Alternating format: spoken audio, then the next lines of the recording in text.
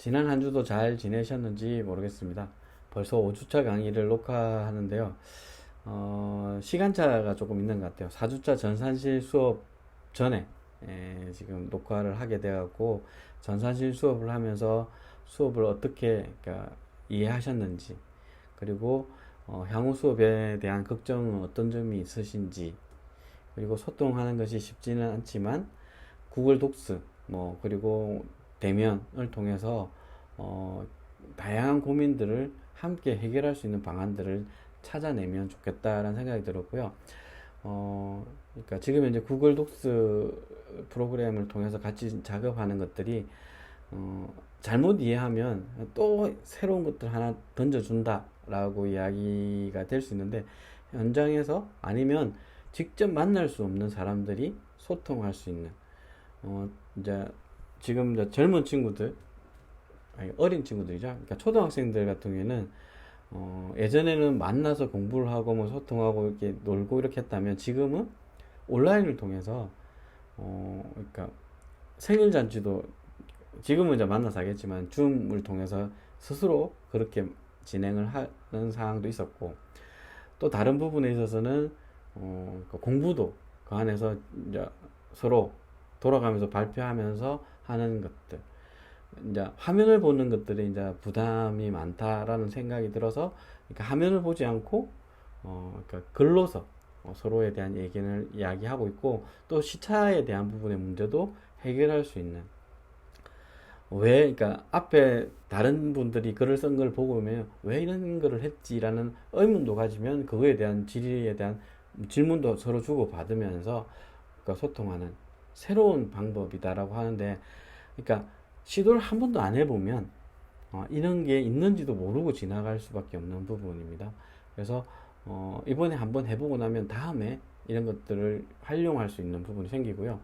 어, 아마 중간고사 전에 새로운 그러니까 이런 것들에 대한 부분을 조금씩 하나씩 가미시켜 드릴 겁니다. 그래서 이런 부분도 있고 저런 부분도 있다라는 것들, 그리고 전산실 수업할 때 아마 언급을 했던 멘티 프로그램이라고 하는 사이트가 또 있습니다. 멘티닷컴이라고 하는 이런 부분에 있어서 그거의 내용들을 어떻게 취합해 내는가, 그리고 소통할 수 있는 구조들이, 그러니까 지금 이제 50인 미만의 부분에서는 무료로 지원을 하고 있으니까 그런 부분들을 활용하는, 그러니까 뭐 대기업들 같은 경우는 그걸 이제 유료 사이트를 구매해서 하겠지만, 지금은 그러니까 우리들은 그렇지는 않다라는 부분을 보시면 될 것 같고요. 그리고 기획일 이제 수업을 조금 들어가 보면, 기획이란 이제 저희들이 배우는 게 기획, 계획 이런 것들을 이야기하고 있는데, 유사한 의미지만 다르다라고 보시면 될 것 같고요. 기획이란 뭐 문제를 해결하고 미래에 예상되는 사건들에 대한 경로를 통제하는 의도적인, 그러니까 계획된 활동이다라고 시도라고 보시면 될 것 같아요. 그리고 그 핵심적인 활동은 미리 예견을 해본다든지, 그리고 체계적으로 논리적으로 근거를 해서 A에서 B로, B에서 C로 연결되는 것들을 찾아낸다든지, 그리고 사회 현상에 대한 사회적 욕구에 대한 이런 것들을 조사하면서 그거에 대한 해결 방안들을 찾는다든지, 그리고 가치 선호 등에 대해, 그러니까 어떤 것을, 그러니까 예를 들어 이런 거 있죠. 그러니까 직업에 대한 가치, 나는 돈 많이 버는 게 좋아 라고 할 수 있지만, 나는 보람을 느낄 수 있는 직업이 좋아, 뭐 이런 것들에서 사람의 가치에 따라서 선호도가 달라진다는 거죠.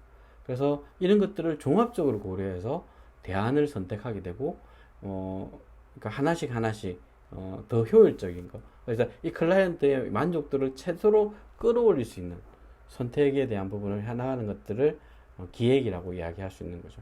그래서 예전에 그러니까 부분에서는 클라이언트들의 참여가 별로 보장이 안 됐다면, 최근에는 클라이언트 의견을 충분히 반영하는 것들이 요구되고 있습니다. 그래서 이번 3장의 학습 목표를 보면 기획과 개념 및 기획의 개념 및 필요성에 대해서 이해를 하는 게 되고, 그리고 기획의 속성에 대해서도 이해하고, 그리고 기획은 어떤 유형을 가지고 있는지도 한번 이해해보고, 그리고 기획의 과정이 어떻는지, 그리고 기획 시 고려해야 될 사항에 대해서 이해해보는 이런 시간들을 가져보려고 합니다. 이제 수업을 본격적으로 시작을 해보려고 하는데요. 그러니까 막연하게 이제 어렵다라고 생각하고 시작하면 이렇게 사고가 닥쳐버리면 어려울 수 있습니다. 그래서 조금 그러니까 여유롭게, 그리고 제 과목은 조금 뭐 이전에도 다 어려웠다라고 말씀하시는데 그러니까 이 과목은 뭐 꼭 배워야 된다 이것은 아니겠지만 저희 과에서 교수님들까지 고민하면서 사회복지사로서 현장에 나가든 아니면 사회복지사가 아니어서 지역사회 속에서 내가 하고 싶은 일을 활용하는 데 있어서 외부 자원들을 끌어온다든지 이런 부분에 있어서 활용할 수 있는 뭐 가장 획기적인 방법이라고 생각하기 때문에 여러분한테 과목을 개설했고 그 부분에서 조금은 이해해 주시고 책을 한번 사전에 먼저 읽어보시고 이해 안 될 부분을 미리 체크해 놓으시면 그 부분에 대해서 이제 수업을 들으면서 이해가 된다면 그냥 동그라미 치면 되는데 그래도 이해가 안 된다 그러면 저한테 다시 연락을 주시고 질의하고 이렇게 하는 과정에서 이해를 풀어나가는 과정들을 거치면 좋을 것 같습니다. 예를 들면 이번 시간에 아니면 이번 학기 동안 해야 될 거는 빈칸에 채워넣기입니다. 그것을 어떻게 할 것인가에 대한 부분을 하나씩 배운다라고 보시면 될 것 같습니다. 이제 한번 따라오시죠. 이제 본격적으로 수업에 들어가서 다시 한번 수업 진행 목차 한번 훑어보고 들어가겠습니다. 첫 번째는 사회복지 프로그램의 기획의 개념과 필요성이고요. 두 번째는 사회복지 프로그램 기획의 속성, 세 번째는 사회복지 프로그램 기획의 유형, 네 번째는 사회복지 프로그램 기획의 과정이 뭐 여러 가지가 있다라고 말씀할 수 있는 거고, 다섯 번째는 사회복지 프로그램 기획 시 고려해야 될 사항들이 뭐가 있는지에 대한 이야기들을 대해서 오늘 배워볼 것이고요. 앞에서 말했듯이 너무 어렵게 생각하지 마시고 천천히 따라오신다고 생각하시면서 같이 이번 시간 진행해 봤으면 좋겠습니다. 이해가 되지 않는 부분도 꼭 반드시 있을 거예요. 그리고 저도 이런 것들을 할 때 뭐 쉬웠다 이런 부분은 아닙니다. 밤잠도 안 자가면서 며칠 밤낮 고민하면서 프로그램을 짰던 기억이 있고요. 제가 짰던 계획 중에 가장 재밌게 짰다라고 하는 거는 제일 처음 짜봤을 때 계획서였어요. 그거는 제가 사회복지사도 아니었고 사회복지 일은 시작을 했죠. 그러니까 뭐 사회복지 일을 시작을 하고 있었지만 사회복지 자격증도 없었고 그냥 그때 당시에 이제 장애인 시설에 생활지도원으로 들어갔는데 그러면서 좀 시간이 생겨서 우연찮게 공모를 받고 원장님한테 이건 제가 해봐도 되겠냐고 해서 그때 당시에 제가 생각하는 그대로를 그냥 솔직하게 썼던 것 같아요. 그렇게 하다 보니까 덜컥 됐어요. 그래서 꼭 이거는 뭐 사회복지를 전공해야 된다가 딸 수 있다가 아니라 어렵겠죠. 전공을 안 했으면. 근데 전공을 했다면 이게 뭐다는 건 알고 있으니까 그걸 조금씩 채워 들어가는 부분이라고 보시면 될 것 같고 그래서 그러니까 이해가 안 되는 부분은 뭐 대면을 활용하시거나 아니면 소통방을 통해서 온라인으로 질의를 하면 그것에 대한 부분에서 그러니까 해결하는 가면서 이해할 수 있는 과정들이 될 수 있다고 생각하고요. 질의를 공개하는 이유 중에 하나가 뭐냐면 다른 분들도 그러니까 뭐 부끄러워서 질문 못할 수도 있고요. 뭐 이러는데 그 부분에서 서로가 서로를 공부하는 과정이다라고 생각하고 솔직히 뭐 다 알고 있는 분들이 저 또한 뭐 계속 배워가는 과정이다 보니까 하나씩 이해하고 넘어가도록 했으면 좋겠습니다. 첫 번째로 사회복지 프로그램의 개념에 대해서 한번 살펴보겠습니다. PPT 화면에는 뭐 간단하게 이야기했는데요. 책의 내용을 조금 보면 기획은 미래에 대한 예측을 포함한 조직화된 노력으로 노력 속에서 대안을 선택하기 위하여 복합적인 의사결정 과정을 포함하고 있고 전문적인 지식과 기능을 필요로 하며 기획은 계획을 세워가는 활동과 과정을 말하게 되는데 초점을 두는 계속적인 행동의 의미가 있다라고, 아니면 의미가 강하다고 할 수 있습니다. 또 그리고 미래지향적이고 계속적인 과정으로서 의사결정과 연결되어 있다. 이걸 조금 풀어보면 그러니까 여러 가지 단계들을 거치게 된다는 거죠. 그 안에 사회복지사의 전문적인 지식과 기능, 역할, 뭐 기법 이런 것들이 녹아 나와야 되고요. 그 과정이 연속적으로 이루어지는 부분에 대해서 고민을 하고 있다. 그 속에서 클라이언트의 변화, 뭐 삶의 질의 변화가 됐든 뭐 행복이 됐든 어떻게 되는 긍정적인 변화에 대한 이야기들을 담고 있고, 그렇기 때문에 변화를 담고 있기 때문에 미래지향적이라고 이야기하고 있고, 지속적인 과정이라고 하니까 계속적인 부분, 그 속에서 끊임없는 선택에 대한 이야기들을 하고 있습니다. 그래서 의사결정에 대한 이야기들, 그래서 클라이언트의 의사결정이 중요하다. 자기 주도적 의사결정에 대한 이야기들을 이제 하게 되는 부분이 생깁니다. 그리고 또 기획은 목표지향적이라고 이야기하고 있는데요. 목표를 위한 수단으로 주어진 문제를 해결하는데 가장 적절한 활동 내용을 개발된 활동이 세웠던 목표를 달성하기 위해서 적절한 대안인지, 그것을 지속적으로 평가하는 과정들을 가진다는 거죠. 그래서 한 번 하고 끝난다. 그러니까 한 번 시도했다가 클라이언트의 삶이 바뀌었다는 있을 수 없는 거죠.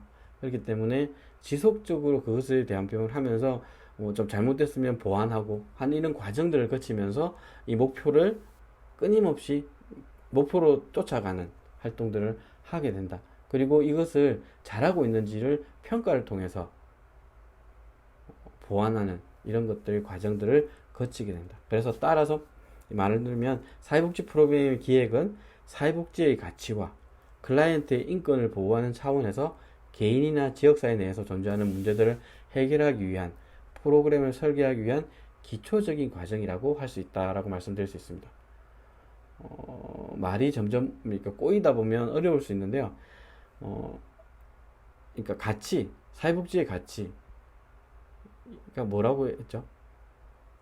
클라이언트의 삶의 질의 변화. 또 확장하면 국민들의, 지역사회 주민들의 삶의 질의 변화를 담고 있고, 이 클라이언트의 인권, 예전에는 인권에 대한 이야기보다는 앞서 말했던 것들에 대한, 그러니까 목표 달성이 더 중요했는데, 최근에는 인권을 배제하고 목표 달성되는 것을 원하지 않습니다. 그래서 기관에서 가장 큰 화두가 중에 하나가 인권에 대한 이야기들일 정도로 그렇게 이야기를 하고 있고요. 개인이나 지역사회 내에서 존재하는 문제들을 해결하기 위한 프로그램을 설계하기 위해서 뭐 이렇게 가져간다라는 부분. 그래서 딱 한 사람만의 문제가 아니고요. 그러니까 조직적으로 접근을 해야 된다는 부분이 있어요. 그래서 조직적으로 접근을 해서 지역사회가 함께, 그러니까 최근에 이거에 대한 부분에서 가장 대표적인 단어가 커뮤니티 케어라고 이야기하는, 지역사회가 그 클라이언트 아니면 그 보호가 필요한 사람들에 대한 직접적인 지원들을 해나가자라는 부분들이 대표적인 언어가 이제 커뮤니티 케어라는 부분인데, 저도 고민이 많은 부분 중에 하나가 뭐냐면, 지금 현재 우리 시민사회나 지역사회가 이 클라이언트의 욕구들을 다 이렇게 수용할 수 있는 만큼 커뮤니티가 건강한가? 수도권 같은 경우는 한 20년 전, 한 20, 30년 전부터 이렇게 그 커뮤니티를 건강하게 만들기 위한 뭐 지원들이 많았다면, 지역은 이제 시작하고 있는 단계인데 너무 중앙 중심의 사고가 있지 않을까라는 생각도 저는 우려를 합니다. 하지만 이게 대해 변화도 한번 찾아보면 좋겠다라는 생각이 들었습니다. 두 번째는 사회복지 프로그램 기획의 필요성입니다. 개념을 살펴봤다면 두 번째 필요성에 대한 이야기를 보면, 사회복지 프로그램은 대부분 외부의 지원, 뭐 정부나 후원자의 지원이나 이용자의 개인 부담에 의존하여서 운영되고 있는 것이 지금 현재 사회복지의 현실입니다. 그 속에서 이제 사회복지 전문가라고 하는 사회복지사, 는 그러니까 외부 자원에 대해서, 그러니까 프로그램에 대한 효과성과 효율성을 제대로 해야 하는 부담감을 가지고 있는 거죠. 이런 책임감을 가지고 있는 거죠. 왜냐하면 끊임없이 지속적인 그러니까 외부 자원의 유입을 만들어내는 가장 큰 좋은 게 이렇게 맡겨봤더만 이 기간에 후원을 했더니 아니면 지원을 했더니 성과가 좋다. 그러니까 계속 지원할 수 있는 거죠. 근데 이 기간에 지원했는데 뭐 열심히는 하는 것 같은데 뭐 실질적으로 클라이언트의 만족도도 떨어지고 뭐 변화도 없는 것 같고 이렇게 한다면 여러분이면 후원을 하시겠습니까? 그래서 그런 부분에 있어서 성과 지향적 그리고 그러니까 농담 삼아 이야기하는데요. 그러니까 우리나라의 사회복지 공동모금회가 정식적으로 그러니까 외부 그러니까 사회복지기관에 지원을 한 게 한 30년 이상이 되죠. 이 기간 동안에 수많은 프로젝트들이 진행됐고 대부분의 프로젝트가 잘 됐다는 보고서를 올렸습니다. 그럼 지역사회가 엄청나게 변해야 되겠죠. 그러니까 모금회가 1년에 뭐 지역사회에게 모금해서 후원하는 게 몇천억 정도가 된다라고 하니까. 그런데 실질적으로 엄청나게 여러분들은 변화된 것을 느끼시나요? 그러면 다행이고요. 피부로 와닿는 게 그렇게 많지 않습니다. 그래서 조금 아쉬운 부분이 있는 거죠. 이제 그런 부분에 이제 생각하시면서, 그러니까 필요성에 대해서 한번 그러니까 스키드 모어라는 학자가 주장했던 사회복지 조직체에서 프로그램 기획의 필요성을 바탕으로 프로그램을 과학적으로 설계하는 데 있어서 중요한 것들이 6가지가 있다라고 이야기하고 있습니다. 그러니까 첫 번째를 보면 첫째는 불확실성의 감소, 둘째는 합리성의 정진, 셋째는 효율성 및 효과성의 정진, 넷째 책임성의 정진, 다섯째 프로그램 관련자들의 이해와 욕구 충족, 그리고 마지막으로 여섯째가 사기 진작이라고 이야기하고 있습니다. 먼저 불확실성의 감소는 빠른 환경의 변화, 지금 이제 엄청나게 빨리 변화하고 있잖아요. 그리고 미래의 불확실성에 대해서 사회복지 조직의 목표가 혼란스럽다라고 이야기할 수 있고, 조직 구성원들과 클라이언트가 그러니까 대처하는데 쉽지 않은 거죠. 특히 요번에 여름에 어땠었나요? 예년과 다르게 많이 더웠고 에어컨 없이 사는 것들이 쉽지 않다라는 것들을 느꼈고, 지금도 낮에는 뭐 오늘 녹화하는 부분에서 비가 오고 있지만 그러니까 뭐 무능력하게, 그러니까 무기력하게 당할 수밖에 없는 이런 부분들, 이런 권력지향적인 행정 책임자에 의해서 희생당할 가능성도 있는 거죠. 그러니까 실질적으로 그러니까 지시를 하고 그걸 따랐는데 결과적으로 다른 이야기들을 하는, 그러면 담당자가 힘들어지는 상황들도 벌어지고, 그래서 이런 부분에서 잘 기획된, 그러니까 지금 최근에 이제 국토부에서 했던 LH에서 했던 아파트, 그러니까 철근이 없는, 그러니까 아파트에 대한 부분이 있어서 문제가 생기고 있는 부분에서, 그러니까 설계도를 잘 만들어야 이러한 부분들을 통제할 수 있는 거죠. 그러니까 희생자들을 안 만들 수 있는 부분이 된다는 거죠. 그리고 두 번째는 합리성의 정진입니다. 기획은 문제 해결과 의사결정을 위한 경험적 증명을 통해서 타당하게 적용될 수 있는 수단을 제공하기 때문에 합리성을 높일 수 있다라고 이야기하고 있습니다. 세 번째로 사회복지 프로그램 기획의 필요성은 효율성과 효과성의 정진에 있습니다. 사전에 치밀한 기획은 최소의 비용과 노력으로 서비스 목표를 달성할 수 있게 하고 효율성을 정진시키게 됩니다. 그래서 이제 클라이언트적 소비자들이 느끼는 문제나 욕구를 충분하게 해결할 수 있고, 그것을 적재적소에 효과적으로 할 수 있다라는 거죠. 예를 들어서 이런 거죠. 효율성과 효과성에 대한 설명은 나중에 그러니까 그러니까 수업 시간에 한 번 더 설명을 드리도록 하고요. 효율성은 비용 대비해서 좋다, 효과가 많다. 그리고 효과성은 예를 들면 이런 거죠. 여러분이 감기에 걸렸는데 A라는 병원에 가면 하루 만에 낫고, B라는 병원에 가면 이틀 걸리고, C라는 병원은 일주일 걸려도 계속 콜록콜록 한다라고 한다면 어디가 효과적으로 치료를 한다고 이야기할 것 같아요. 방법은 다 다릅니다. 그러니까 예방적인 부분에 있어서 한다라고 한다면 C가 뭐 효과적이다 할 수 있겠지만, 일반 시민들이 생각하기에는 A의 부분을 이야기하고자 하고, 고통이 적게 하는 것들이 필요하기 때문에, 그래서 비용에 대한 고민들, 그리고 노력, 그러니까 한 명이 투입돼서 하는 거하고 세 명이 투입돼서 하는 부분에 있어서는 어디에 더 많은 것들을 할 수 있는지, 이런 것들을 이야기하고 있고요. 이어서 네 번째는 책임성의 정진입니다. 사회복지 조직은 그러니까 사회로부터 인가를 받아서 지자체도 마찬가지지만 개인이나 기업의 기부금이나 국가의 지원들을 받고 사업을 하고 있습니다. 그래서 서비스를 효과적이고 효율적으로 제공할 해야 하는 책임을 갖게 됩니다. 그리고 투명성도 마찬가지고, 이러한 사회복지 전문가로서 사회복지사는 기획을 통해서 그 책임을 객관적으로 증명할 수 있어야 되는 거죠. 쉽지 않은 부분입니다. 그러니까 객관적으로 증명한다는 것들이, 회계에 있어서는 관련된 영수증 이런 것들을 잘 챙겨야 되는 것도 있겠지만 적재적소에 사용해야 됩니다. 지금 이제 정부가 지자체 사회복지 시설들이 예산을 투명하게 쓰기 위해서 견제도 하고 있고 감시도 하고 있고 규제도 하고 있습니다. 대표적인 게 보조금 카드로는 저희 애들은 생활시설이다 보니까 목욕도 가야 되잖아요. 목욕탕 가는 게 보조금 카드로 결제가 안 됩니다.